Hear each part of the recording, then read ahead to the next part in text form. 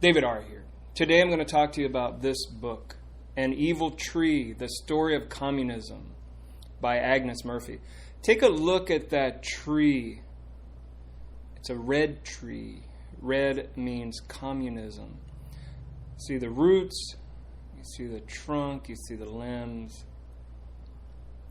That's the metaphor for this book. What communism means. The term communism comes from the Latin word communis, which means in common. The term was first used over 100 years ago by people who believed that they could end poverty, wages, misery. Meanwhile, communism brought about even more misery. In fact, the world would be a better place without communism ever existing. The tree of communism.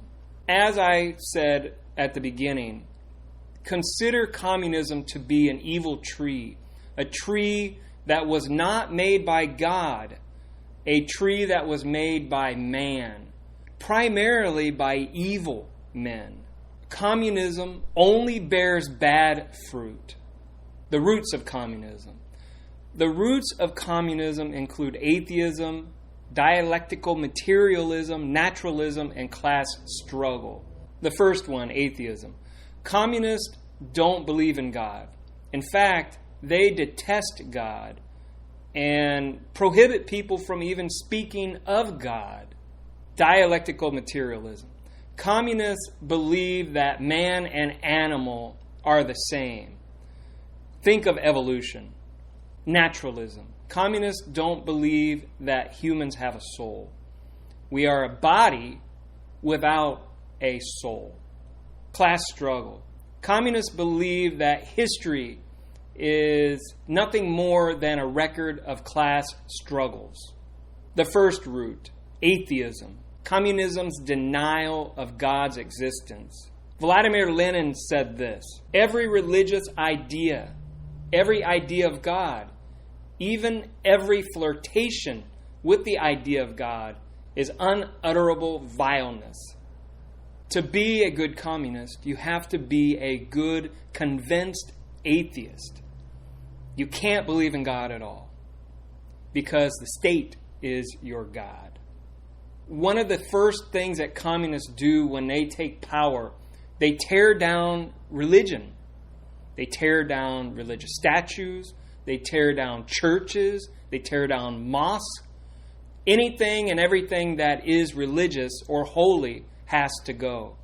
And this is happening in China at the moment, but it happened under other dictatorships as well throughout history.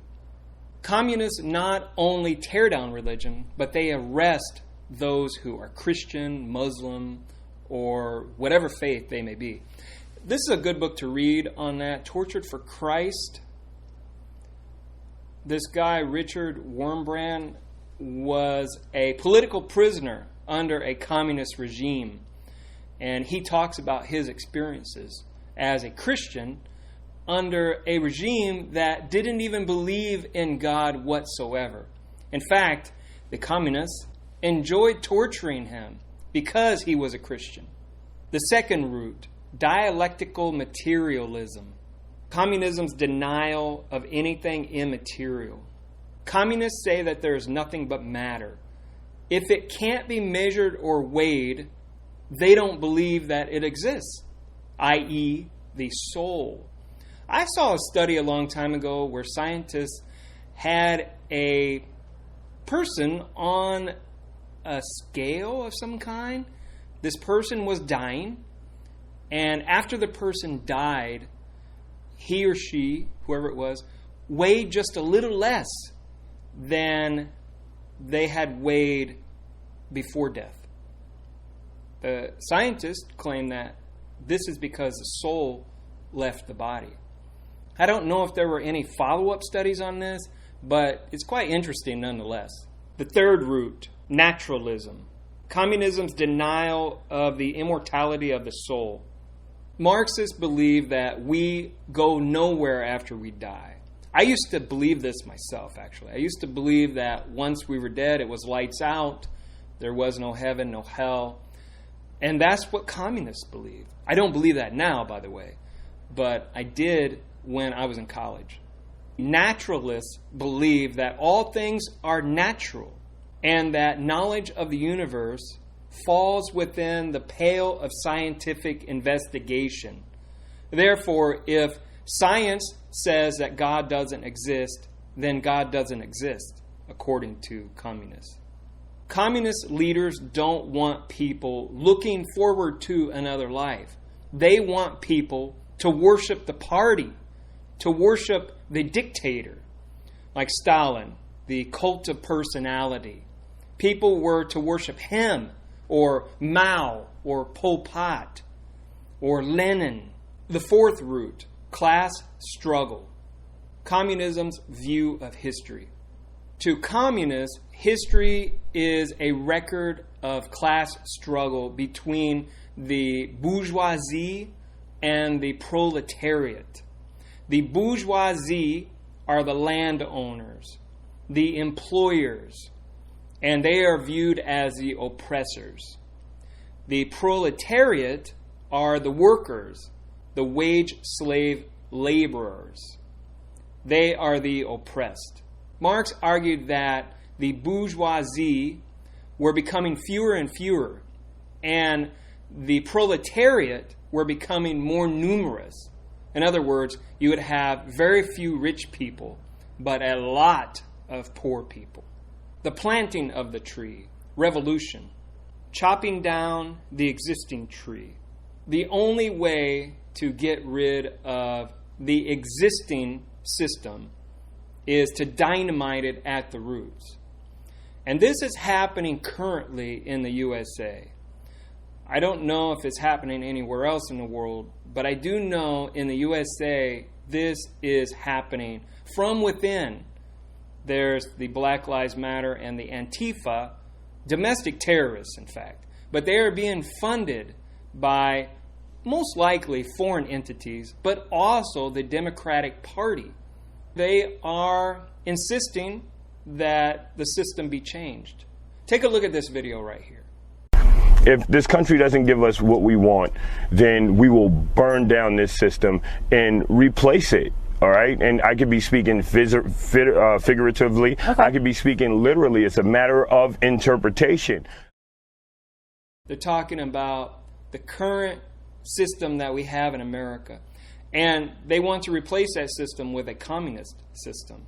According to Marx, the bourgeoisie doesn't want the proletariat to take what they've got. So the proletariat has to shed blood. They have to burn things down in order to achieve their aims. They gain power with the use of espionage, subversion, and winning key positions in government. For instance, this group here, the Squad, they are an infiltrated group. They are communists who are in our government. They don't like America. They want to change America. They want socialism. They want communism. They don't like the current system. The trunk of the tree. The dictatorship of the proletariat. The transitional stage is the dictatorship of the proletariat or socialism. Every country seems to follow the same progression. They go from free to socialist to communist. Socialism always leads to communism, and that's what this transition is. This tree has to grow by bloodshed and terror. This means death camps, torture, murders, kidnappings, whatever else you can think of. That's what communists do to remain in power. The Soviets used the Red Army and an intricate spy network. Here's a good book on that. I was an NKVD agent. It's an older book, but you can still find it. I mean, obviously I found it. So, the flowering of the tree of communism, the classless society, the promised blossoms, and abundance of wealth for everyone, plenty of leisure time, educational advantages for all, no state. Communists believe that people will be so perfect They will not need a system of government. No private ownership. Communists believe that private ownership creates evil within people. No classes. Everybody will be exactly the same. No religion. The total rejection of God. This reminds me of the song, Imagine. Imagine there's no countries. It isn't hard to do. Nothing to kill or die for, and no religion too. In case you didn't know it, but Imagine is a pro-communist song. The gardeners of the tree of communism, Karl Marx. I've been mentioning Marx throughout this video, but now I'm going to talk about him a little more. Marx was born in 1818. His father was from the bourgeoisie class. When Marx was 6 years old, his father gave up the Jewish faith and became a Christian, not because he believed in Christ, but because he believed that this would advance his career.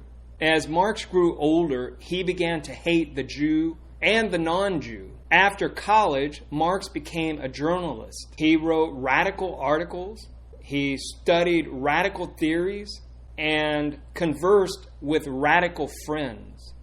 At the age of 29, Marx joined the League of the Just. This league later became the Communist League. It was this group that Marx and Engels wrote the Communist Manifesto for. This little booklet was influential to dictators throughout history. From Lenin to Mao to Pol Pot, this book has led to the destruction of millions of lives and property. Communism and Youth, the Kremlin's target, youth. The author says, how are the communists going about their work? They are entering into every possible area, the press, radio, movies, television, newspapers, and magazines, to prepare American minds for the new doctrine. The Reds try to capture the youth of every country which they seek to destroy. The author says that communists use front organizations. The most common fronts for the Marxists are connected to words like democracy, peace, civil liberties, and even spirituality. Peace, to the communist, means there will be one world for which the communists will control.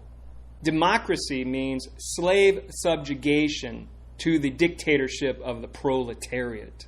Civil liberties mean the communists will destroy the current system and create a new one. Spirituality, well, this means nothing to the Marxists. They'll just use it to further their cause. Education. Communism has slipped into the public education system. Communism has had a long time to indoctrinate minds and change people's perceptions of this country.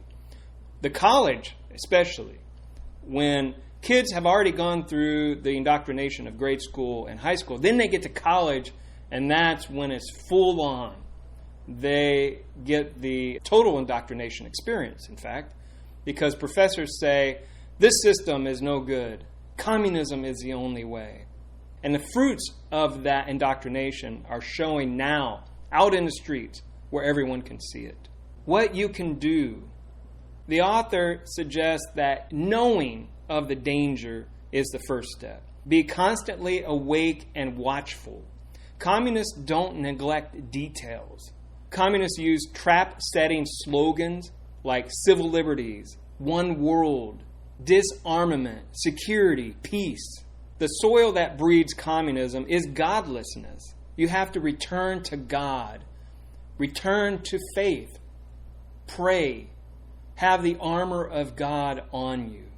The author says about faith, faith is a special kind of eyesight given to the soul to enable it to see hidden things that are really there, but which cannot be seen without it.